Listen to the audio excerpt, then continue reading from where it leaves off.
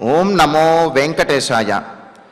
ధ్యేయం సదా పరిభవఘ్నమభీష్టదోహం తీర్థాస్పదం శివ విరించినుతం శరణ్యం భృత్యార్తిహం ప్రణతపాల భవాబ్ధిపోతం వందే మహాపురుషతే చరణారవిందం. బ్రహ్మాది సకల దేవతలచే స్తుతింపబడువాడు, ఆపదోద్ధారకుడు, దయాస్వరూపుడు అయినటువంటి శ్రీరామచంద్రునికి నమస్కరిస్తూ తదభిన్న స్వరూపుడైనటువంటి ఆ శ్రీనివాసుని యొక్క దయా విశేషం చేత సమస్త మానవాళికి ధర్మ తత్పరతను సకల కార్యసిద్ధిని చేకూర్చాలన్నటువంటి సంకల్పంతో తిరుమల తిరుపతి దేవస్థానం వారు నిర్వహిస్తున్నటువంటి శ్రీమద్ రామాయణం అయోధ్యాకాండ ప్రవచన పారాయణ కార్యక్రమంలో నేటికి మనం 279వ రోజులకు ప్రవేశించాం. ఈ కార్యక్రమంలో ముందుగా అన్నమాచార్యుల వారి సంకీర్తన అయినటువంటి జపించరే సర్వజనులు ఈ నామము అనేటటువంటి సంకీర్తనను శ్రీమాన్ ఎంబి లోకనాథం రెడ్డి గారు, అన్నమాచార్య ప్రాజెక్టు కళాకారులు వారి బృందం యొక్క సహకారంతో ఆలపిస్తారు. శ్రవణం చేద్దాం. ఓం నమో వెంకటేశాయ.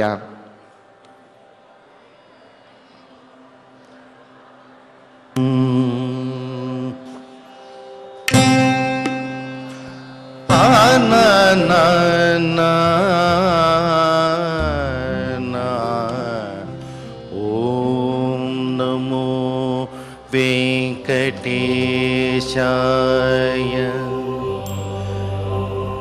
రామాయ రామభద్రాయ రామాయ రామభద్రాయ రామచంద్రాయ వేదసే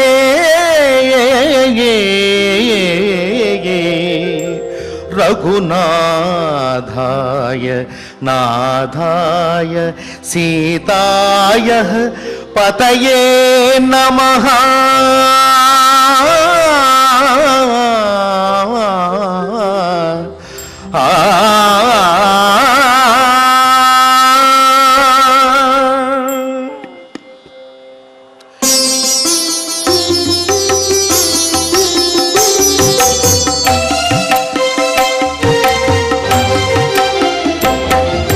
జపించరే సర్వజనులు ఈ నామము, జపించరే సర్వజనులు ఈ నామము. తమరపములు పుణ్యాలకు రామనామము, జపించరే సర్వజనులు ఈ నామము. తమరపము పుణ్యాలకు రామనామము.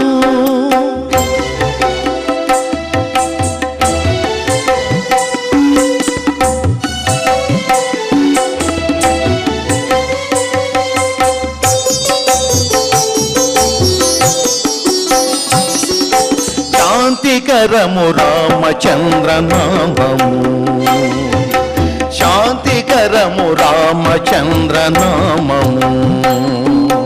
కాంతులనచు రామభద్ర నామము, శాంతికరము రామచంద్ర నామము. కాంతులనచు రామభద్ర నామము. ఎంత సుఖమిచ్చు రఘువీర నామము, ఎంత సుఖమిచ్చు రఘువీర నామము. భూమి చింత తీర్చునదివో శ్రీరామనామము, చింత తీర్చునదివో శ్రీరామనామము. జపించరే సర్వజనులు ఈ నామము. తమరపములు పుణ్యాలకు రామనామము.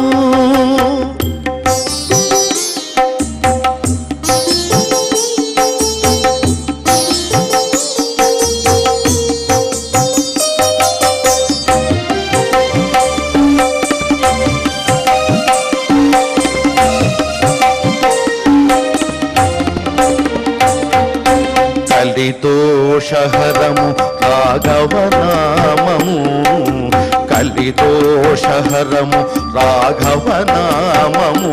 సర్వఫలదము సీతాపతి నామము, కలిదోషహరము రాఘవనామము సర్వఫలధము సీతాపతి నామము పులక శోభనము కాకుశ నామము పులక శోభనము కాకుశ నామము అనిదలమైన తిదివో రామనామము పులక శోభనము కాకుశ నామము అనిదలమైన తిదివో రామనామము జపించదే సర్వజనులు ఈ నామము తమరపములు పుణ్యాలకు రామనామము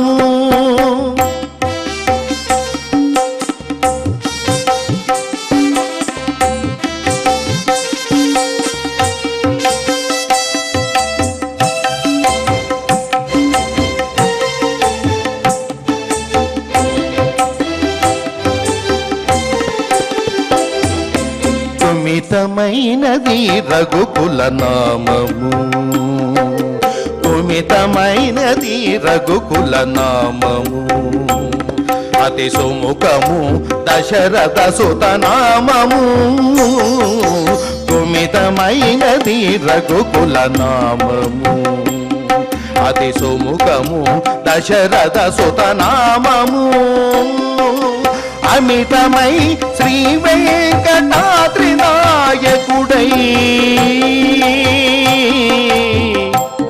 రామా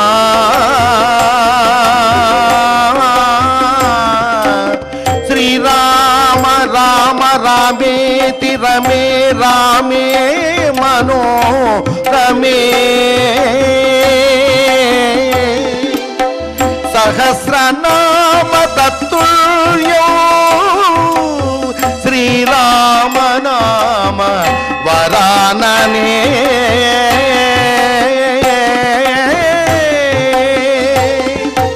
అమితమై శ్రీ వెంకటాద్రి నాయకుడై అమితమై శ్రీ వెంకటాద్రి నాయకుడై రమ్యించేగీతని రామనామము అమితమై శ్రీ వెంకటాద్రి నాయకుడై రమ్యించేగీతని రామనామము జపించదే సర్వజనులు ఈ నామము తమరపమును పుణ్యాలకు రామనామము జపించదే సర్వజనులు ఈ నామము రామా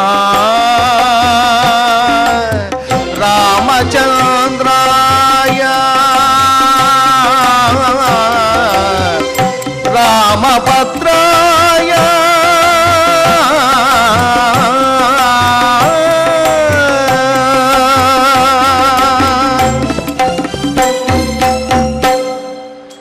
సంకీర్తనను ఎంతో చక్కగా శ్రవణం చేశాం. ఇక ఇప్పుడు శ్రీ గురు ధ్యానపూర్వకంగా సంకల్పవాక్యాలను అందరము కలిసి పలుకుతూ ఈ కార్యక్రమాన్ని ప్రారంభం చేసుకుందాం. శ్రీ గురు ధ్యానం గురుర్బ్రహ్మా గురుర్విష్ణు గురుర్దేవో మహేశ్వరః గురుః సాక్షాత్ పరం బ్రహ్మ తస్మై శ్రీ గురవే నమః. శ్రీనివాస ధ్యానం శ్రీ వెంకటాద్రినిలయః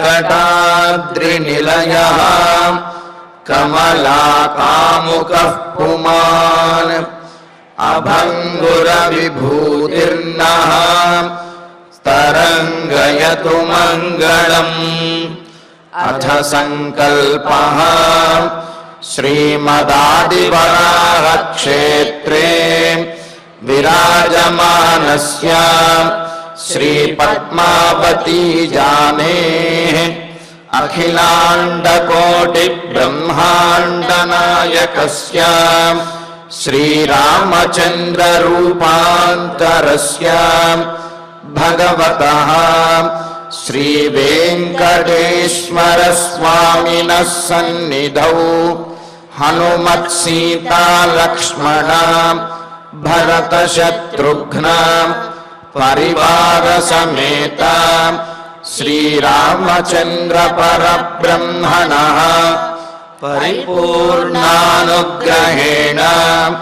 అస్మిన్ భువనే సమస్తాధివ్యాధీనాం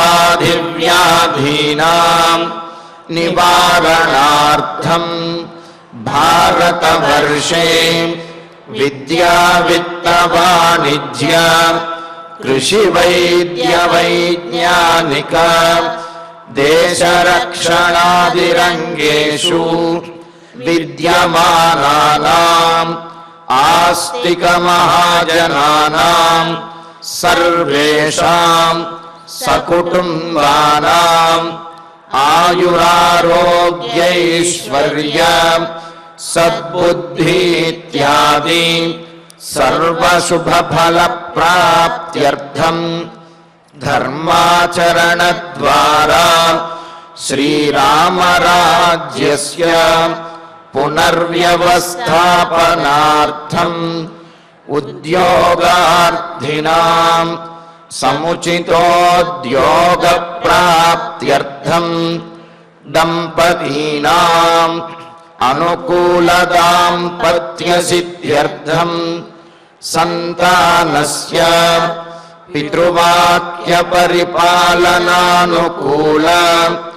బుద్ధి ప్రచోదనార్థం సకల కార్య సిద్ధ్యర్థం గో సంరక్షణార్థం చ శ్రీమద్ వాల్మీకి రామాయణే అయోధ్యాకాండే యథాశక్తి శ్లోకం వ్యాఖ్యాన పురస్సరం 30 సర్గ శ్లోక పారాయణం తథా శ్రీధన్వంతరి మంత్ర పారాయణం చ అన్యోన్య సాహాయ్యేన ఆచార్యముఖేన కరిష్యామహే. శ్రీ వాల్మీకి ప్రార్థన. కూజంతం రామ రామేతి మధురం మధురాక్షరం ఆరుహ్య కవితాశాఖాం వందే వాల్మీకి కోకిలం. శ్రీ ఆంజనేయ ప్రార్థన. మనోజవం మారుతతుల్యవేగం జితేంద్రియం బుద్ధిమతాం వరిష్టం వాతాత్మజం వానరయూధముఖ్యం శ్రీరామదూతం శిరసా నమామి. శ్రీరామాయణ ప్రార్థన. వాల్మీకిగిరి సంభూత రామసాగరగామిని పునాతి భువనం పుణ్యా రామాయణ మహానదీ. శ్రీరామ ప్రార్థన. అయోధ్యాఖ్యేతు గుర్వర్ధే త్యక్త్వా రాజ్యం గిరౌ వసన్ పాదుకే భరతాయాదాత్ సరామః శరణం మమ. శ్రీరామచంద్ర పరబ్రహ్మణే నమః. అథ శ్రీమద్ రామాయణే ఆదికావ్యే అయోధ్యాకాండే 30 సర్గః. శ్రీమన్నారాయణ చరణౌ శరణం ప్రపద్యే. శ్రీమతే నారాయణాయ నమః. శ్రీరామాయ నమః. సర్వదా సదృశం సీతే మమ స్వస్య కులస్య చ వ్యవసాయమతిక్రాంత కాంతే త్వమతి శోభనం. రామచంద్రమూర్తి సీతాదేవితో అంటున్నటువంటి మాటలు. సీతాదేవి ఎంతగానో బ్రతిమిలాడితే ఒకంత రాముడిని అనకూడనటువంటి మాటలు అని నిందించి ఆమె తన నిశ్చయాన్ని, తన మనోనిబ్బరాన్ని, తన పట్టుదలని, తన ధర్మాచరణ నిష్టను కూడా తెలియజేస్తే అప్పుడు రామచంద్రమూర్తి ఒప్పుకున్నాడు. ఒప్పుకుని, నీవు నాతో పాటు వనవాసం చేయటానికే సృష్టించబడ్డావు, అవతరించావు, కావున నాతో పాటు నువ్వు కూడా వనవాసానికి రావడానికి సిద్ధమవ్వమని చెప్పి అన్నాడు. మరి అలాగా ఆమె అంతగా అడిగితేనే ఒప్పుకోవడానికి కారణం ఏమిటి అంటే దానికి మనం చెప్పుకున్నాం.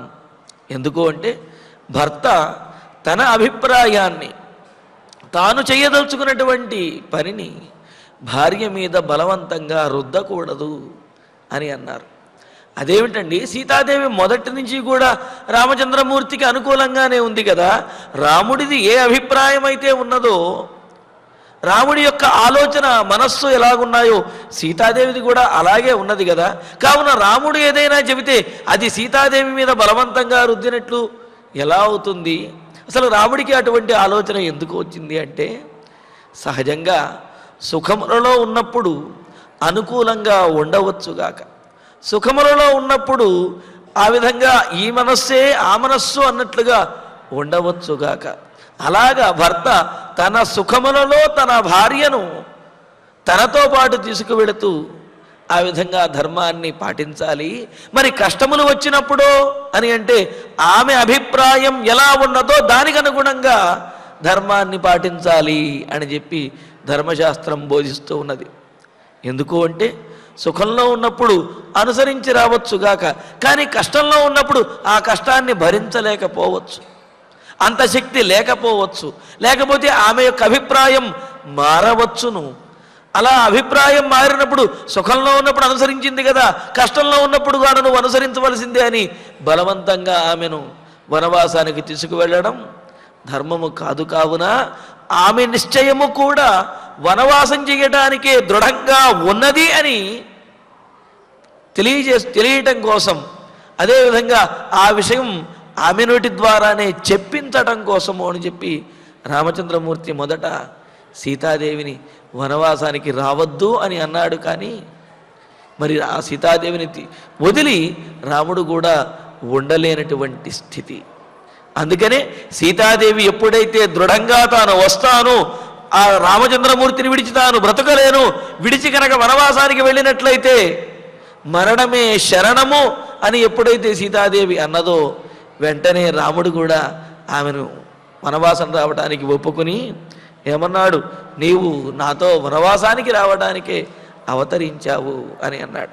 అంటే ఏమిటి, అందులో ఉన్న ఆంతర్యం ఏమిటి అంటే, నీవు వనవాసానికి వస్తేనే నా అవతార ప్రయోజనం అనేది చేకూరుతుంది, లేకపోతే లేదు అని చెప్పటం అందులో ఉన్న ఆంతర్యం, అంతరార్థం అన్నమాట. మరి అదేవిధంగా ఇంకేమంటున్నాడు, ఇంకా మెచ్చుకుంటున్నాడు సీతాదేవిని. సహజంగా ఎంతటి పరీక్ష పెట్టినప్పటికీ, ఎంత కష్టకాలంలో ఉన్నప్పటికీ కూడా భర్త తనను గనక భార్య ఒక పొల్లు మాట లేకపోతే అనుచితమైనటువంటి మాట అన్నది అంటే అది సహించటం, దానిని ఒప్పుకోవటం భర్తకు కష్టం. ఎందుకంటే ఆ పౌరుషం అనేది, ఆ పౌరుషం ఒప్పుకోలేదు. ఒకవేళ ఒప్పుకున్నప్పటికీ కూడా తిట్టో కొట్టో లేకపోతే విసుక్కుంటూనో ఆమె చెప్పినటువంటి మాటకు ఒప్పుకోగలుగుతాడు. కానీ ఆమె తనను నిందించినటువంటి విషయాన్ని ఒకంత వెంటనే మరచిపోలేడు. కానీ ఇక్కడ సీతాదేవి రామచంద్రమూర్తిని చాలా దారుణమైనటువంటి మాట కూడా అన్నది. ఏమని, కింత్వామన్యత వైదేహ పితామే మిథిలాధిప రామ జామాతరం ప్రాప్య స్త్రియం పురుష విగ్రహం అని చెప్పి అన్నది.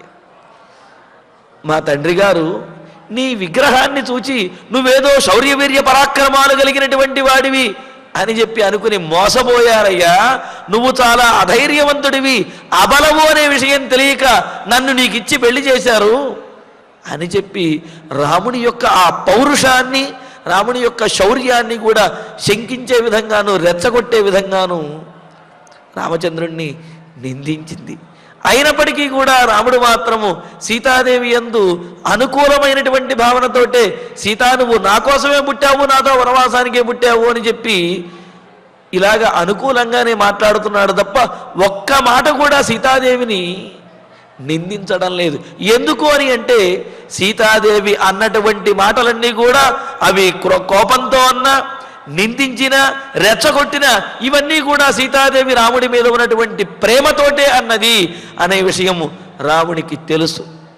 అంతేకాదు రాముడి యొక్క లక్షణం నకృధ్యతి అభిషప్తోపి అని చెప్పి రాముని యొక్క లక్షణాల్లో మనం మొదటి 2 సర్గల్లో చెప్పుకున్నాం. అంటే అభిషప్తోపి తనను నిందించినప్పటికీ కూడా నకృధ్యతి ఆయన రాముడు కోపాన్ని తెచ్చుకోట. ఎవరైనా ఒకవేళ నిందిస్తే అసలు ఈ నింద ఎందుకు వచ్చింది, నాలో నిజంగా లక్షణం ఉన్నదా, ఒకవేళ ఉంటే దాన్ని తొలగించుకోవాలి, లేకపోతే అవతల వాళ్ళు అజ్ఞానంతో అన్నారు అని చెప్పి వదిలేసేవాడు తప్ప రాముడు కోపాన్ని తెచ్చుకునేవాడు కాదుట. లేకపోతే పెద్దవాళ్ళు ఏదో అన్నారులే అని చెప్పి ఊరికినేవాడు తప్ప వాళ్ళ మీద తిరగబట్టం కోపం అనేది లేదుట. అందుకని రాముడి యొక్క లక్షణం నకృధ్యత్యభిషప్తోపి అన్నారు. కావున సీతాదేవి తనను నిందించినప్పటికీ కూడా, కోపగించినప్పటికీ కూడా రాముడికి ఆమె మీద మాత్రము కోపము రాలేదు అన్నారు. వెంటనే మనకు సందేహం, ఏమండి నకృధ్యత్యభిషప్తోపి అని అంటే పెద్దవాళ్ళు ఏమైనా కనుక తిట్టినట్లయితే వాళ్ళు తిట్టినటువంటి తిట్లు మనం ఆశీస్సులుగా భావించో, లేకపోతే పెద్దవాళ్ళు అన్నారు అని చెప్పి ఊరుకోవచ్చు. కానీ రాముడు సీతాదేవి విషయంలో కానీ, లక్ష్మణుడు తనను నిందించినటువంటి విషయంలో కానీ రాముడు ఆ విధంగా ఊరికినే ఉండవలసినటువంటి అవసరము లేదు. ఎందుకు అంటే వారు ఏదైనా అనుచితంగా, చిన్నవాళ్ళు ఏదైనా అనుచితంగా కనుక మాట్లాడినట్లయితే వాళ్లకు బుద్ధి చెప్పవలసినటువంటి బాధ్యత మరి రాముడికి ఉన్నది కదా, శిక్షణ ఇవ్వవలసినటువంటి బాధ్యత రాముడికి ఉన్నది కదా. మరి ఆ విధంగా తాను ఎవరి మాటలైతే పడవలసినటువంటి అవసరము లేదో వాళ్ళు తనను నిందించినప్పటికీ కూడా, తన మీద వాళ్ళు కోపగించినప్పటికీ కూడా రాముడు ఏమీ అనడం లేదు అంటే ఇందులో ఉన్న ఆంతర్యం ఏమిటి? సరే, కౌసల్యానో లేకపోతే దశరథ మహారాజు, కైకేయి వీళ్ళెవరైనా నిందించినట్లయితే రాముడు మున్నకుండవచ్చు, ఊరికినే ఉండవచ్చు. ఎందుకంటే పెద్దవారు యందు గౌరవం మీద, తనకంటే చిన్నవారు, తన మాట వినవలసినటువంటి వారు అయినా వాళ్ళు అంటే కనుక అప్పుడు లక్ష్మణస్వామి కానీ లేకపోతే సీతాదేవి కానీ తనని ఏమైనా అంటే రాముడు భరించవలసినటువంటి అవసరం, సహించవలసినటువంటి అవసరం ఏమున్నది? ఎందుకని రాముడు ఆ విధంగా సహించాడు అని అంటే ఆత్మీయులు అయినటువంటి వాళ్ళు, పెద్దవాళ్ళైనా చిన్నవాళ్ళైనప్పటికీ కూడా ఒక మాట అన్నట్లయితే దాన్ని భరించడంలో దోషమేమీ లేదు, సహించడం వల్ల వచ్చేటటువంటి నష్టమేమీ లేదు అని చెప్పి ధర్మశాస్త్రం మనకు, మన ధర్మశాస్త్రంలోనూ మహాభారతంలో వ్యాస మహర్షి కూడా చాలా స్పష్టంగా తెలియజేశాడు. అందులోనూ ఎవరితోటి మనం పోట్లాడకూడదు, ఎవరితో వివాదం పెట్టుకోకూడదు, ఎవరు మనల్ని ఒక మాట అన్నప్పటికీ కూడా మనం సహించవచ్చును, భరించాలి అనే విశేషాన్ని చెబుతూ ఋత్విక్ పురోహితాచార్యై మాతుల అతిథి సంశ్రిత వృద్ధ బాలాతురై వైద్యై జ్ఞాతి సంబంధి బాంధవై మాతాపితృభ్యాం జామీభి భ్రాత్రా పుత్రేణ భార్యయా దుహిత్రా దాసవర్గేణ వివాదం న సమాచరేత్ అన్నారు. ఎవరితోటి వివాదం పెట్టుకోకూడదు, ఎవరు మనల్ని ఏమైనా ఒక మాట అన్నప్పటికీ, అనుచితమైన మాట అన్నప్పటికీ కూడా సహించవచ్చును అనే విషయం చెబుతూ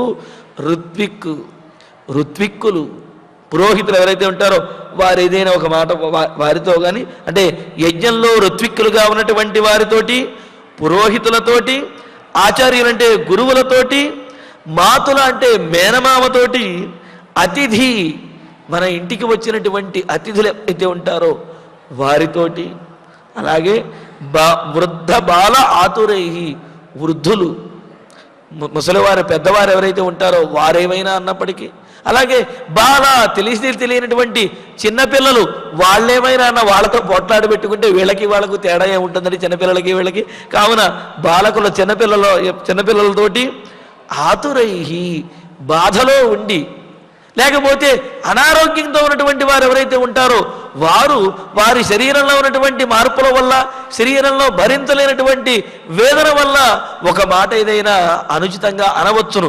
అటువంటి వారు ఏదైనా అంటే వెంటనే వీడు కూడా నా అంతటి వాడిని అంటావా అని చెప్పి తిరగబడి వారిని ఏమీ అనకూడదు. ఎందుకంటే ఆతురైహి అని అంటే రోగగ్రస్తులైనటువంటి వారు, అనారోగ్యంతో ఉన్నటువంటి వారు కానీ, ఆపదలో ఉన్నటువంటి వారు కానీ వారితోటి వివాదం అనేది కూడదు. ఇంకొకటి వైద్యై, వైద్యులతో కూడా ఎప్పుడు వివాహం అనేది కూడదు అన్నారు. అంతే కదా, వైద్యులతో వివాదం కనుక పెట్టుకున్నట్లయితే, వారితో పోట్లాడినట్టయితే ఎంతో ప్రమాదం. పైగా వైద్యో నారాయణో హరిహే అన్నారు. శరీరే జర్జరీభూతే వ్యాధిగ్రస్తే కళేబరే ఔషధం జాహ్నవీతోయం వైద్యో నారాయణో హరిహి అన్నారు. శరీరము క్షీణించిపోయినప్పుడు, అనారోగ్యం ఆవరించినప్పుడు ఆ వైద్యులు ఇచ్చే ఔషధం ఏదైతే ఉందో, ఆ టానిక్, ఆ ఔషధమే జాహ్నవీతోయం, గంగాజలంతో సమానము అన్నారు. వైద్యో నారాయణో హరిహి, మనల్ని రక్షించేటటువంటి వైద్యుడే ఆ నారాయణుడు అని చెప్పి ఇలా కీర్తించాడు. కావున చక్కటి వైద్యులు ఎవరైతే ఉంటారో వారితోటి వివాదం అనేది కూడదు అన్నారు. జ్ఞాతి సంబంధి బాంధవై, అదేవిధంగా మన జ్ఞాతులతో కూడా, అంటే ఏమిటి, సహజంగా జ్ఞాతి అంటే జానాతి సర్వం అని చెబుతూ, అంటే ఈ వీరి యొక్క ఆంతరంగికమైనటువంటి విషయములు కూడా తెలిసినటువంటి వారు ఎవరైతే ఉంటారో, ఆ వంశంలో ఉన్న రహస్యాలన్నీ కూడా తెలిసినటువంటి ఆ వంశానికి చెందిన వారు, వారిని జ్ఞాతులు అని అంటారు. అటువంటి జ్ఞాతులతో కూడా వివాదం అనేది కూడదు. వాళ్ళు కనుక సవ్యమైనటువంటి వారైనట్లయితే సాధువులైనటువంటి జ్ఞాతులతోటి వివాదం అనేది కూడదు అన్నారు. ఎందుకు అంటే ఇంటి గుట్టు రచ్చకెక్కుతుంది కావున జ్ఞాతులతో కూడా వివాదం అనేది కూడదు అంటూ, మాతాపితృభ్యాం జామీభి, మాతాపితృభ్యాం తల్లిదండ్రులతోటి, జామీభి అంటే భార్యతోటి అనే అర్థం కూడా చెప్పారు. జామీభి భ్రాత్ర పుత్రేణ భార్యయా, చూడండి, జామీభి అనే దాని ద్వారా ప్రియురాలతోటి, స్త్రీలతోటి అనే అర్థము. అదేవిధంగా భ్రాత్రాపుత్రేణ సోదరునితోటి, అదేవిధంగా పుత్రునితోటి, భార్యయా భార్యతో కూడా, దుహిత్రా దాసవర్గేణ కూతురుతోటి, అదేవిధంగా ఈ సేవకులు ఎవరైతే ఉంటారో ఆ సేవకులతోటి పోట్లాడుతూ, వాళ్ళేదైతే అదని వీడొక మాటని ఆ సేవకులతోటి 4 మాటలు అనిపించుకుని ఇటువంటి పనులు చేయటం వల్ల దిగజారిపోయే పరిస్థితి వస్తుంది. కావున సేవకులతోటి ముష్టాముష్టి కేశాకేసి అన్నట్లుగా, లేకపోతే నోటికి ఇట్లా ఎదురు బదురుగా పోట్లాటం అనేది కూడా ఏమాత్రమో కూడదు అన్నారు. కావున దాసవర్గేణ సేవకులతోటి కూడా వివాదం న సమాచరేత్, వివాదము అనేది, పోట్లాడటం అనేది ఏమాత్రము చెయ్యకూడదు అని చెప్పి అన్నారు. ఈ విధంగా ఇంతమందితోటి, వీరందరితోటి, ఋత్విక్కులతోటి, పురోహితులతోటి, తల్లిదండ్రులతోటి, అదేవిధంగా గురువులతోటి, మేనమామతోటి, అతిథులతోటి, చిన్నపిల్లలతోటి, ముసలి వారితోటి, అనారోగ్యంతో ఉన్నటువంటి వారితోటి, వైద్యులతోటి, జ్ఞాతులతోనూ, కూతురు కొడుకు, అదేవిధంగా పుత్రుని, వీళ్ళతోటి, భార్యతోటి, అలాగే సేవకులతోటి, వీళ్లతోటి వివాదము అనేది ఏనాడు చెయ్యకూడదు అని మనకు ధర్మశాస్త్రాలు చెబుతున్నారు. ఏతైర్ వివాదం సంచద్య సర్వపాపై ప్రముచ్యతే, వీళ్లతో వివాదం కనుక చెయ్యకుండా ఉన్నట్లయితే వారు, అటువంటి వారికి ఎటువంటి పాపములు కూడా రావు, పాపములు ఏమన్నా ఉన్నా కూడా తొలగిపోతాయి అని అంటున్నారు. అందుకనే భార్యతోటి వివాదం కూడదు అని అన్నారు అని ధర్మశాస్త్రం చెబుతున్నది. కావుననే సీతాదేవి తన మీద ప్రేమతోటి తనను అనుచితంగా నిందించినప్పటికీ కూడా రామచంద్రమూర్తి మాత్రం ఆమె మీద కోపగించలేదు. కోపగించకుండా ఆమెతోటి అనునయంగానే మాట్లాడుతూ ఉన్నాడు.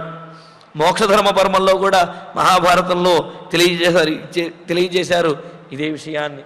మరి అందుకనే ఏమంటున్నాడు, సర్వదా సదృశం సీతే మమ స్వస్య కులస్య చ అని అంటూ సీతాదేవిని మెచ్చుకుంటున్నాడు. సీత కాంతే, కాంత అని అంటే అనుకూలంగా ఉంటూ మనస్సుని ఆనందపరిచే విధంగా మాట్లాడేటువంటి వారిని కాంత అని అంటాం. ఎవరి మాటలు కనుక విన్నట్లయితే అవి ఆచరించాలి అని అనిపిస్తుందో ఆమెను కాంత అని అన్నారు. అందుకనే కాంతా సంమితతయోపదేశ యుజే అని చెప్పి కావ్యలక్షణం చెబుతూ, కావ్య ప్రయోజనం చెబుతూ అంటారు. అలాగా మరి కాంత చెప్పింది అంటే మాట వినాలి కదా. అందుకని కాంతే, మనోహరమైనటువంటి దానా, నన్ను ఒప్పించే విధంగా మాట్లాడడంలో నేర్పరి అయినటువంటి సీత, త్వం మమచ స్వస్య కులస్య చ సర్వదా సదృశం. నీవు నీ స్వభావం ఎటువంటిదంటే మమచ నాకు అంటే ఏమిటి? అత్తవారింటికి వెళ్ళినటువంటి అమ్మాయి అటు భర్తకి ఇటు పుట్టింటి వారికి కూడా గొప్ప పేరు తెచ్చే విధంగా ఉండాలి అని చెప్పి అన్నారు. మరి అందుకనే ఇక్కడ రామచంద్రమూర్తి ఏమంటున్నాడు? మమచ నాకు, నా వంశమునకు, స్వస్య కులస్య చ నీ వంశమునకు, నీవు పుట్టినటువంటి లేకపోతే నిన్ను పెంచినటువంటి జనక మహారాజు యొక్క వంశమునకు కూడా సర్వదా అన్ని విధాలుగా ఏ విధంగా ఆలోచించినా అన్ని విధాలుగా కూడా సదృశం యోగ్యమైనటువంటి తగినటువంటి అదండి జనక మహారాజు పెంపకంలో పెరిగింది కావున సీతాదేవి ఇంత చక్కగా మాట్లాడింది, ఇంత చక్కగా ధర్మాన్ని ఆచరించింది. అందుకేనండి రామచంద్రమూర్తి యొక్క భార్య కావున సీతాదేవి ఇంత గొప్పగా ఉన్నది అని చెప్పి ఆమె అటు పుట్టినింటికి ఇటు మెట్టినింటికి కూడా గొప్ప పేరు తెచ్చుకునే విధంగా ఉన్నది అనే విషయాన్ని రామచంద్రమూర్తి స్వయంగా మెచ్చుకుంటూ సదృశం యోగ్యమైనటువంటి అంటే జనక మహారాజు యొక్క వంశానికి యోగ్యమైన, నా వంశానికి యోగ్యమైన అని చెప్పి అన్నారు. ఏమిటి అందులో ఉన్న విశేషము అంటే రఘువంశంలో వారికి ధర్మాచరణము అనేది సహజంగా ఉన్నటువంటి గుణం. అంటే వారు ధర్మాన్ని ఎప్పుడు ఎంత కష్టకాలంలోనైనా సరే ధర్మాన్ని విడిచిపెట్టనటువంటి వారు రఘువంశంలో రాముని వంశంలో వారి యొక్క లక్షణము. మరి జనక మహారాజు యొక్క వంశంలో వారిది కర్మాచరణము, జనక మహారాజు గారి యొక్క వంశంలో ఉన్న వారి యొక్క లక్షణము. మరి సీతాదేవిలో ఇటు ధర్మాచరణము అటు కర్మాచరణము రెండూ కూడా ఉన్నాయి. కావుననే రామచంద్రమూర్తి నీవు నీ వంశంలో వారికి తగిన విధంగాను ఇక్కడ నాకు తగిన విధంగాను అతిశోభనం మిక్కిలి యోగ్యమైనటువంటి మంగళకరమైనటువంటి నిర్ణయాన్ని, వ్యవసాయం నిశ్చయాన్ని అతిక్రాంత చేరుకున్నావు, తీసుకున్నావు అన్నారు. అంటే ధర్మము అనేది వారు ఎన్ని కష్టములు వచ్చినా సరే రామచంద్రమూర్తి తన ధర్మాన్ని విడిచిపెట్టలేదు. మరి కర్మాచరణము అంటే తాను చెయ్యవలసినటువంటి కర్తవ్యం ఏదైతే ఉందో ఆ కర్తవ్యాన్ని ఎన్ని కష్టములు వచ్చినా సరే విడిచిపెట్టకపోవటము అని. అంటే భార్య యొక్క కర్తవ్యం భర్తను అనుసరించడము అనే ఆ కర్మాచరణం ఏదైతే ఉందో దానిని సీతాదేవి విడిచిపెట్టలేదు. పైగా భర్త తనకు అవకాశం ఇచ్చినప్పటికీ కూడా అంటే భర్త కనుక అనుమతించినట్లయితే ఆ కర్మాచరణం చేయకపోయినప్పటికీ దోషమేమీ లేదు. భర్త ఇచ్చాడు కావున ఆమె ఆయనతో వనవాసానికి వెళ్ళకపోయినా సీతాదేవికి వచ్చేటటువంటి దోషమేమీ లేదు. అయినప్పటికీ కూడా తన ధర్మం ఏదైతే ఉందో భర్త కష్టములలో ఉన్నప్పుడు ఆయన్ని విడిచిపెట్టకూడదు అనే ధర్మం ఏదైతే ఉందో అటువంటి ధర్మాచరణ చేయటానికి కూడా అంటే తన కర్మాచరణతో పాటు తన కర్తవ్యంతో పాటు ధర్మాచరణ కూడా విడిచిపెట్టలేదు. కావుననే రాముడు ఈ మాట అన్నాడు. ఏమని? నాకు అదేవిధంగా నీవు పుట్టినటువంటి వంశానికి కూడా తగినటువంటి సదృశమైన యోగ్యమైనటువంటి అతిశోభనం మిక్కిలి మంగళకరమైన అందరూ కూడా మెచ్చుకునేటటువంటి వ్యవసాయం కష్టమును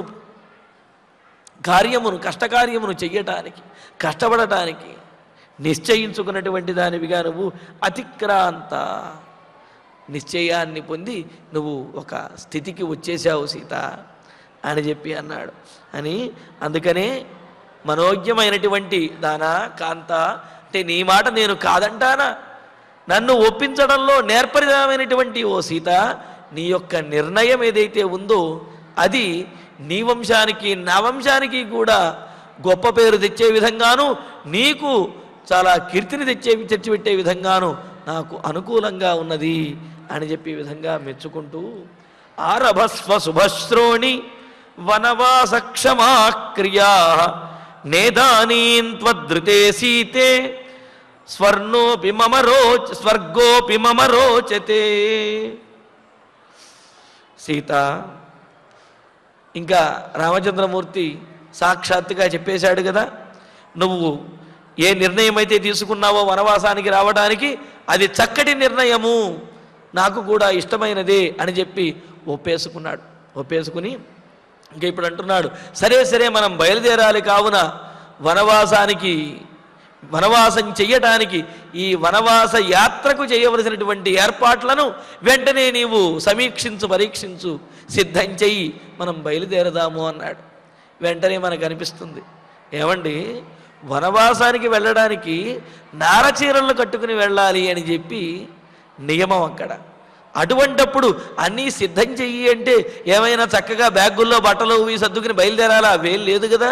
కట్టుబట్టలతోటి, ఆ నారబట్టలతోటి బయలుదేరాలి. మరి ఇక్కడ నువ్వు వనవాసోపయుక్తమైనటువంటి కార్యములను చెయ్యి అని అంటే ఒకటి నారచీరలు ధరించు అని చెప్పటం ఒక అర్థమైతే, మరొక విశేషం కూడా ఉన్నది. శుభశ్రోణి, చక్కటి అందమైనటువంటి దాన. వనవాస క్షమాహ అంటే చూడండి, ఇక్కడ వనవాసానికి వెళ్ళడానికి ఇద్దరు కూడా సిద్ధమైపోయారు.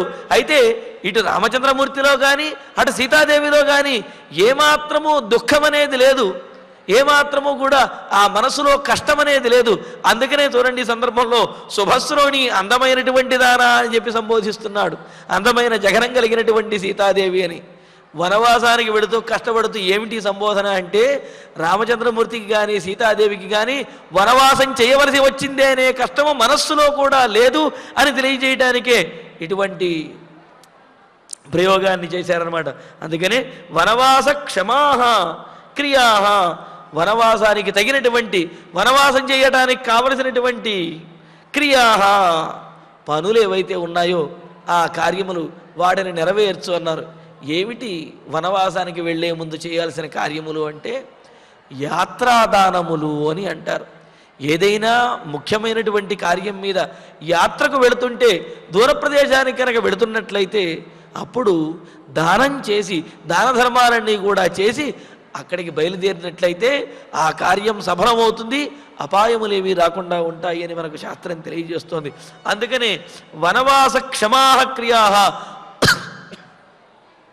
వనవాసోపయుక్తమైనటువంటి కార్యములను చేయటం ఆరభస్వ, ఆరంభించు సీత. త్వదృతే మమ స్వర్గహాపి ఇదానీం నరోచతే, ఇంత చక్కగా నిశ్చయించుకున్నావు కావున నాకు ఆనందమే. నిన్ను విడిచి, నిన్ను వదిలిపెట్టి వెళితే నాకు స్వర్గమైనా సరే ఇష్టం ఉండదు, ఆ స్వర్గంలో కూడా నాకు కష్టంగానే ఉంటుంది. నువ్వు కనుక వచ్చినట్లయితే నాకు ఏదైనా సరే, అడవి అయినా సరే చాలా ఆనందంగా ఉంటుంది. కావున త్వరపడు, వెంటనే ఆ వనవాసానికి, వనవాస యాత్రకు ముందు చేయవలసినటువంటి దాన క్రియలు ఏవైతే ఉన్నాయో, దాన ధర్మాలు, వాటినన్నిటినీ కూడా వెంటనే చెయ్యి సీత, మొదలుపెట్టు అని అంటూ, బ్రాహ్మణేభ్యశ్చ రత్నాని భిక్షుకేభ్యశ్చ భోజనం దేహి చాశం సమానేభ్య సంత్వరస్వచ మాచిరం. సీత, బ్రాహ్మణోత్తములకు బ్రాహ్మణోత్తములకు రత్నాని, అనేకమైనటువంటి రత్నములు ఏవైతే ఉన్నాయో నా అంతఃపురంలో, వాటిని, మన అంతఃపురంలో ఉన్నటువంటి రత్నములను బ్రాహ్మణోత్తములకు, అదేవిధంగా పండితులకి, వీరందరికీ, గురువులకి, వాళ్ళకి దానంగా ఇచ్చేసేయి, వారందరికీ ఇచ్చేయి, దేహి ఇవ్వు. ఆశంసమానేభ్య భిక్షుకేభ్య, కోరికతో వచ్చినటువంటి, అర్ధులై వచ్చినటువంటి వారెవరైతే ఉంటారో ఆ అర్ధులు, భిక్షకులు కానీ వారందరికీ, వారు ఏది కోరితే వారందరికీ కూడా భోజనంచ, భోజనాదులన్నింటినీ కూడా వారు కోరినటువంటి విందు భోజనం ఏదైతే ఉందో ఆ భోజనాన్ని వారందరికీ కూడా సమర్పించు. సంత్వరస్వ, సంతరస్వచ, త్వరగా బయలుదేరదాం మనం. కావున ఆ వెళ్ళడానికి ముందు చేయవలసినటువంటి ఈ పండితోత్తములకు, గురువులకు చేయవలసినటువంటి, ఇవ్వవలసిన రత్నములు వాటినన్నింటినీ ఇచ్చేసి, అర్ధులు ఎవరైతే వచ్చి కోరతారో వారందరికీ కూడా ఈ భోజనాదులు వీటినన్నిటినీ కూడా సమర్పించేసి త్వరపడు. చిరంచమా, ఆలస్యం చెయ్యవద్దు. ఎందుకు అంటే కైకేయీదేవి దగ్గర చెప్పాడు కదా, మా తల్లికి అదేవిధంగా భార్యకు చెప్పి వారి అనుమతి తీసుకుని వెంటనే బయలుదేరతానమ్మా అని చెప్పి రామచంద్రమూర్తి చెప్పాడు కదా. అందుకనే సీతాదేవిని త్వరపెడుతూ ఉన్నాడు. త్వరపెడుతూ, భూషణాని మహార్హాణి వరవస్త్రాణి యాని చ రమణీయాశ్చ ఏకేచిత్ క్రీడార్థాశ్చాప్యుపస్కరాః. ఆ తర్వాత శ్లోకంతో కూడా ఒకే అన్వయం ఉంది. శయనీయాని యానాని మమ చాన్యాని యాని చ దేహి స్వభృత్యవర్గస్య బ్రాహ్మణానామనంతరం. సీత, మహార్హాణి, మన అంతఃపురంలో గొప్పమైనటువంటి విలువైనటువంటి చందన ద్రవ్యములు ఏవైతే ఉన్నాయో అవి, అలాగే భూషణములు గొప్పమైనటువంటి మేలుజాతి రత్నములతో పొదగబడిన భూషణములు అంటే ఆభరణములు, వరవస్త్రాణి శ్రేష్టమైనటువంటి వస్త్రములు, యానిచ ఇవేవైతే ఉన్నాయో ఇవన్నీ కూడా. వీటితో పాటుగా క్రీడార్థాహ, మన అంతఃపురంలో మనం ఆడుకోవటం కోసం ఏర్పాటు చేయబడినటువంటి క్రీడా సాధనములు ఏవైతే ఉన్నాయో, ఆట కొరకు ఏర్పాటు చేసినటువంటి క్రీడా సాధనములు అవి. రమణీయా ఉపస్కరా, మన అంతఃపురంలో ఉన్నటువంటి రమణీయమైనటువంటి చిత్ర విచిత్రమైనటువంటి చూచిన వెంటనే అలా చూపులను ఆకట్టుకునే వస్తువులు, గృహోపకరణములైనటువంటి వస్తువులు, హంసతూలిక తలపములు కానివ్వండి, ఆసందములు కానివ్వండి, సింహాసనములు కానీ, అదేవిధంగా ఈ పన్నీరు మొదలైనటువంటివి చల్లేవి చామరములు, ఛత్రములు, అనేకమైనటువంటి ఉంటాయి కదా అంతఃపురంలో. ఇవి ఏవైతే ఉన్నాయో ఉపస్కరాహ గృహోపకరణములు ఇవన్నీ కూడా. అలాగే ఈ పాత్రలు, భోజనాలకి వీటికి వినియోగించేటటువంటి పాత్రలు ఏవైతే ఉన్నాయో అవన్నీ కూడా. శయనీయాని, అలాగే శయనానికి నిధులకు ఉపయోగించేటటువంటి ఉపకరించేటటువంటి పరుపులు మొదలైన హంసతూలిక తలపములు మొదలైనవి ఏవైతే ఉన్నాయో అవన్నీ. యానాని అన్యానిచ, మన వాహనములు ఏవైతే ఉన్నాయో ఆ వాహనములు, అలాగే మిగిలినటువంటి గొప్ప గొప్ప వస్తువులు ఇవేవైతే ఉన్నాయో వాటినన్నిటినీ కూడా. బ్రాహ్మణానాం అనంతరం, బ్రాహ్మణోత్తములకు ఇవ్వవలసినటువంటి రత్నములు ఇవన్నీ ఇచ్చిన తర్వాత సభృత్యవర్గస్య, మరి నీ పోష్యవర్గము, నీకు సేవకులుగా ఉండేటటువంటి వారు ఎవరైతే ఉంటారో వారికి, నా సేవకులు నాకు సేవ చేసే వాళ్ళు ఎవరైతే ఉంటారో సేవకులకు, అంటే మన సేవకులు ఎవరైతే ఉన్నారో వారందరికీ కూడా ఇచ్చేసేయి అని అంటున్నాడు. మనం సహజంగా చూస్తూ ఉంటాం ఈ రోజుల్లో కూడా. ఎవరైనా ఇల్లు మారుతూ కనుక ఉన్నట్లయితే, లేకపోతే వాళ్ళే అమెరికాకో ఎక్కడికో వెళ్ళిపోతూ ఉంటే వాళ్ళ ఇంట్లో ఉన్నటువంటి వస్తువులని వాళ్ళ ఇంట్లో పనిచేసే వాళ్ళకి కానీ, అది కొన్ని వస్తువులని, అలా కాకుండా విలువైనటువంటి వస్తువులు ఏమైనా ఉన్నట్లయితే అవి వారి యొక్క ఆత్మీయులకు, లేకపోతే ఎవరైనా గురువులు కానీ వాళ్ళు ఎవరైనా ఉన్నటువంటి వారికి ఇవ్వటం అనేది ఇప్పటికీ కూడా మనం చూస్తూ ఉంటాం. అలాగే ఇక్కడ రామచంద్రమూర్తి తన అంతఃపురంలో ఉన్నటువంటి ఈ విలువైనటువంటి వస్తువులు, రత్నములు ఏవైతే ఉన్నాయో వాటినన్నిటినీ కూడా అందరికీ పంచిపెట్టు అని అంటున్నాడు. దీనివల్ల అంటే యాత్రాదానాదులు కూడా, యాత్రకు వెళ్ళేటప్పుడు దానము చేయాలి అన్నారు కానీ ఆ దానము చేసినటువంటి ఫలితము వస్తుంది. ఒకటి, తాము లేనప్పుడు తమ వస్తువులు నిరుపయోగంగా పడి ఉండకుండా అందరికీ ఇచ్చివేయటం ద్వారా, తద్వారా వాటికి సార్థకత అనేది కూడా ఏర్పడుతుంది అన్నారు. అందుకనే సభృత్యవర్గస్య, మీ పోష్యవర్గం ఎవరైతే ఉన్నారో వారందరికీ కూడా దేహి, ఇచ్చివెయ్యి అని అన్నాడు. ఇలాగా తన అంతఃపురంలో ఉన్నటువంటి వస్తువులన్నింటినీ కూడా ఇమ్మని చెప్పి రామచంద్రమూర్తి చెబుతున్నాడు. అయితే ఇక్కడ ఒక సందేహం కలగవచ్చు.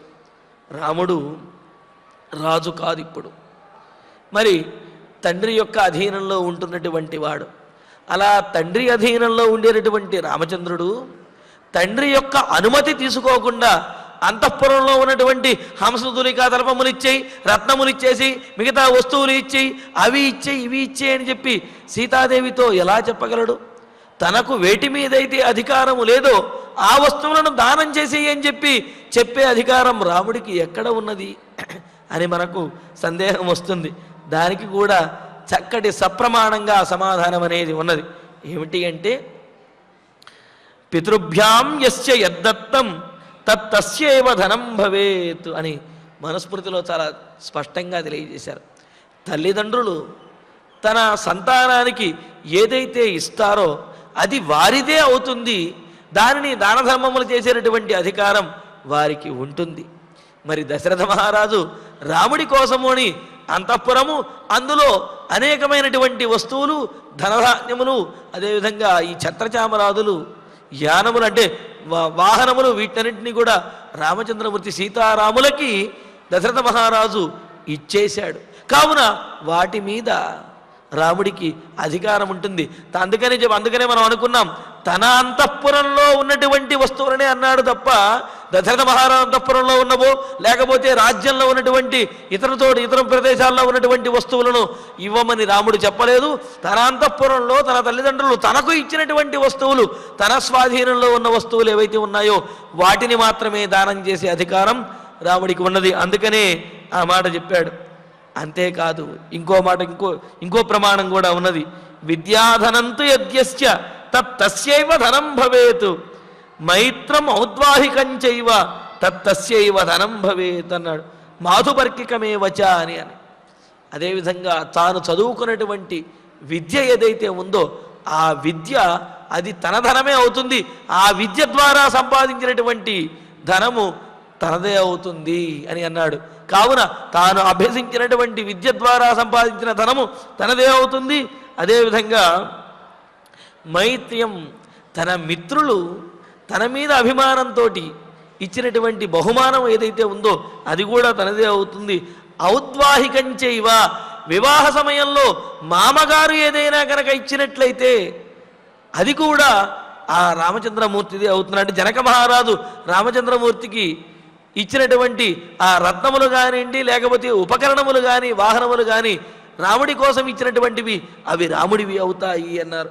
మాధుపర్కికమే వచ, ఆ మధుపర్క సమయంలో వధూవరులకు సమర్పించేవి ఏవైతే ఉంటాయో అవి వస్త్రములు కానీ ఆభరణములు కానీ అవి వారికే చెందుతాయి అని చెప్పి కూడా మనకు ధర్మశాస్త్రములలో తెలియజేశారు. కావున రామచంద్రమూర్తి అందుకనే సీతాదేవితో కూడా అన్నాడు కదా. సీతాదేవి అనడంలో ఉద్దేశం ఏమిటి అంటే, మీ తండ్రి అయినటువంటి జనక మహారాజు నీకు సమర్పించినటువంటివి, అదేవిధంగా వివాహ సమయంలో మనకు సమర్పించినటువంటివి, అలాగే మా తండ్రి అయినటువంటి దశరథ మహారాజు నా కోసం ఇచ్చినటువంటి వస్తువులు ఏవైతే ఉన్నాయో ఆ ద్రవ్యములు కానీ ఆ వాహనములు ఇటువంటివన్నీ కూడా అవి దానంగా ఇతరులకు ఇచ్చేయమని చెప్పి అన్నాడు. అదేవిధంగా మరొక ప్రమాణం కూడా ఉన్నది. అనుపఘ్నన్ పితృద్రవ్యం శ్రమేణ యదుపార్జితం స్వయమీహిత లబ్ధం తత్ నాకామో దాతుమర్హతి అని అన్నారు. ఇంకో మాట కూడా చెబుతున్నారు.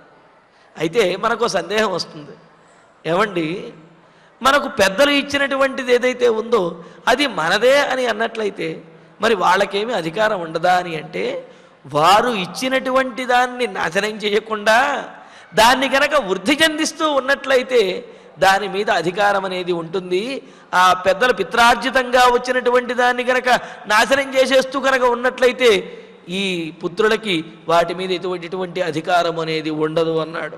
మరి రామచంద్రమూర్తి పిత్రార్జితంగా వచ్చినటువంటి దానిని ఏమాత్రము కళంకము రాకుండా, అపకీర్తి రాకుండా చూసుకునే లక్షణం కలిగినటువంటి వాడు. అందుకనే వాటి మీద రామచంద్రమూర్తికి, అంటే ఆ తండ్రి ఇచ్చినటువంటి వాటి మీద రామచంద్రమూర్తికి అధికారం అనేది ఉంటుంది. వాటిని దానం చేసే అధికారం అనేది ఉన్నదన్నమాట. సాధారణంగా కూడా ఇక్కడ ఈ విధంగా చెప్పారు.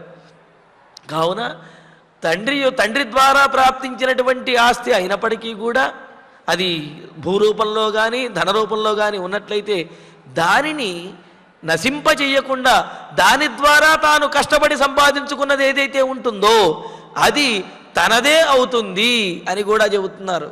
అందుకని అంటుంటారు కదా, ఇది నా స్వార్జితం అండి అని అంటారు.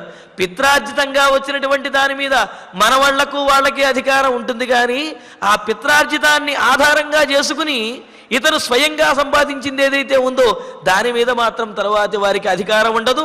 తాను ఎవరికి ఇచ్చుకోదలుచుకుంటే వారికి ఇచ్చుకోవచ్చును, ఇవ్వవచ్చును అని మనకు ధర్మశాస్త్రంలో కూడా చెబుతున్నారు. మరి వీటినన్నిటినీ దృష్టిలో పెట్టుకుని న్యాయశాస్త్రములు ఇవన్నీ కూడా మనకు చక్కగా రాయబడ్డాయి. ఆ విధంగా మరి రామచంద్రమూర్తికి తన అంతఃపురంలో తన కోసం ఏర్పాటు చేయబడినటువంటి ఆ ద్రవ్యముల మీద, రత్నముల మీద, ఆ వస్తువుల మీద, యాత్రలు చేసినటువంటి ఆ యానముల మీద, వాహనముల మీద కూడా పరిపూర్ణమైన అధికారం ఉన్నది. కావుననే రాముడు చక్కగా సీత ఆ వస్తువులను, వాహనములను, అదేవిధంగా రత్నములను వీటినన్నిటినీ కూడా ఎవరికి వేటిని ఇవ్వాలో వారికి తగిన విధంగా వాటిని నువ్వు దానంగా ఇచ్చెయ్యి అని చెప్పి రామచంద్రమూర్తి సీతాదేవితోటి ఆ యాత్రాదానాదులు చేసేటటువంటి విశేషాలను తెలియజేశాడు. మరి ఇందులో ఉన్నటువంటి మరికొన్ని విశేషాలను తర్వాతి ప్రవచనంలో తెలుసుకుందాము. ఇక ఇప్పుడు ఆచార్యుల వారి ద్వారా శ్లోకాలను పారాయణ చేసుకుందాము. సర్వథా సర్వదా సదృశం సీతే సదృశం సీతే మమ స్వస్య మమ స్వస్య కులస్య చ కులస్య చ వ్యవసాయం వ్యవసాయం అతిక్రాంత అతిక్రాంత కాంతే త్వం కాంతే త్వం అతిశోభనం అభిశోభనం ఆరభస్వ ఆరభస్వ శుభశ్రోణి శుభశ్రోణి వనవాసక్షమాః వనవాసక్షమాః క్రియాః క్రియాః మేదానీం మేదానీం త్వదృతే సీతే వదృతే సీతే స్వర్గోపి స్వర్గోపి మమ రోచతే మమ రోచతే బ్రాహ్మణేభ్యశ్చ బ్రాహ్మణేభ్యశ్చ రత్నాని రత్నాని భిక్షుకేభ్యశ్చ భిక్షుకేభ్యశ్చ భోజనం భోజనం దేహి చ దేహి చ ఆశంసమానేభ్యః ఆశంసమానేభ్యః సంత్వరస్వ చ సంపరస్వ చ మాచిరం మాచిరం భూషణాని భూషణాని మహార్హాణి మహార్హాణి పరవస్త్రాణి వరవస్త్రాణి యాని చ యాని చ రమణీయాశ్చ రమణీయాశ్చ ఏకేచిత్ కేచిత్ క్రీడార్థాశ్చాపి క్రీడార్థాశ్చాపి ఉపస్కరాః ఉపస్కరాః శయనీయాని శయనీయాని యానాని యానాని మమ చాన్యాని మమ చాన్యాని యాని చ యాని చ దేహి స్వభృత్యాం దేహి స్వభృత్యా వర్గస్య వర్గస్య బ్రాహ్మణానాం బ్రాహ్మణానాం అనంతరం అనంతరం ఇత్యార్షే ఇత్యార్షే శ్రీమద్ రామాయణే శ్రీమద్ రామాయణే ఆదికావ్యే ఆదికావ్యే అయోధ్యాకాండే అయోధ్యాకాండే త్రింశే సర్గే త్రింశే సర్గే పంచశ్లోకాః పంచశ్లోకాః. ఫలశ్రుతి నుండి మంగళాంతం వరకు అందరము కలిసి పఠిద్దాం. ఫలశ్రుతి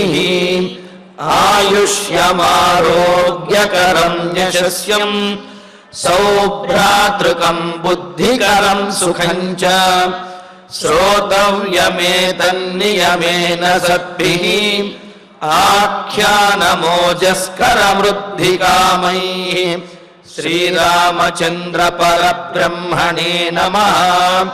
అథ ధన్వంతరి ధ్యానం అచ్యుతానంత గోవింద విష్ణో నారాయణామృత రోగాన్మే నాశయాశేషాన్ ఆశు ధన్వంతరే హరే.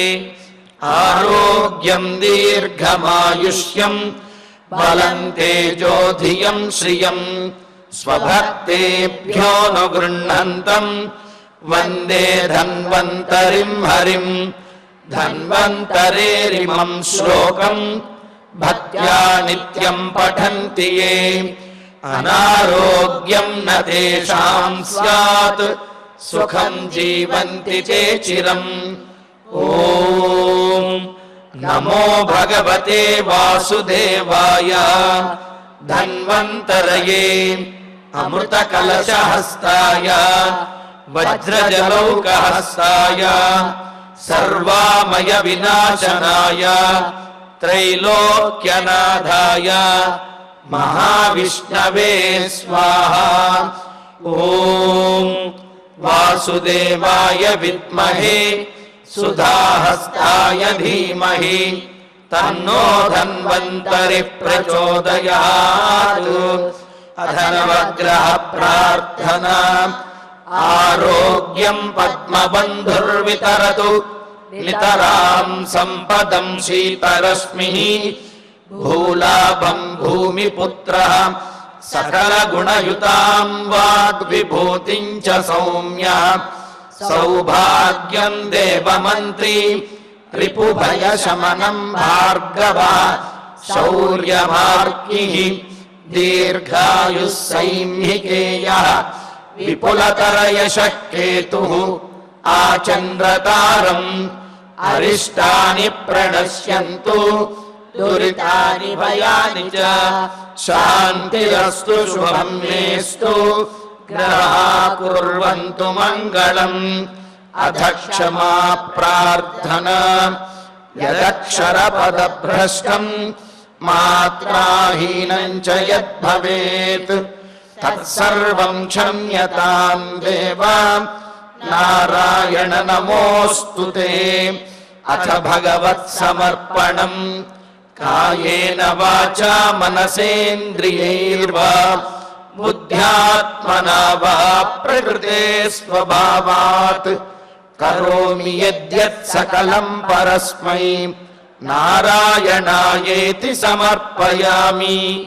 అథ మంగళం శ్రియః కాంతాయ కళ్యాణ నిధయేర్థినాం శ్రీవేంకట నివాసాయ శ్రీనివాసాయ మంగళం.